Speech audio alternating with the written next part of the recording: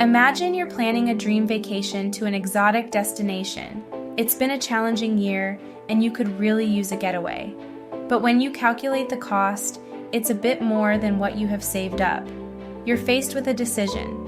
Postpone your trip or put the expenses on your credit card and go now. Welcome to the world of debt, a reality for many of us. The key to navigating this reality is understanding the difference between good debt and bad debt.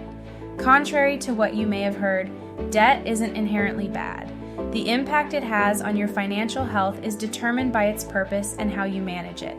First, let's talk about good debt.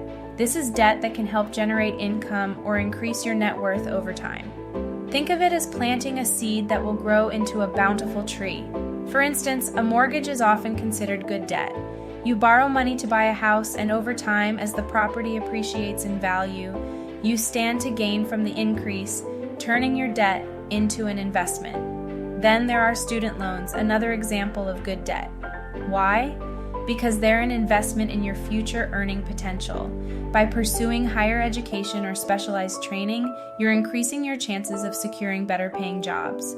On the flip side, we have bad debt. This type of debt does little to improve your financial situation and may even depreciate in value over time.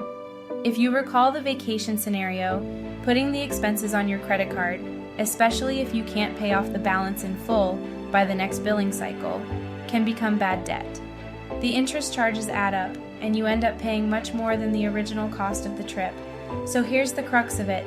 Good debt is an investment that will grow in value or generate long-term income. Bad debt, on the other hand, involves borrowing money for depreciating assets or for non-essential expenses. Now, you might be thinking, does this mean all credit card debt is bad? Not necessarily. Credit cards can be useful tools if used responsibly, but if you're unable to pay off the balance each month and start accruing interest, it can become costly debt. The main takeaway? Before taking on any debt, consider its long-term impact. Ask yourself, will this debt help me generate income or increase my net worth in the long run? If the answer is yes, it might be worth considering. But if the debt is just funding a want rather than a need or a depreciating asset, it's best to tread carefully. Understanding the nature of your debt will empower you to make smart financial decisions. Not all debt is created equal. Know the difference, plan wisely, and your financial future will thank you.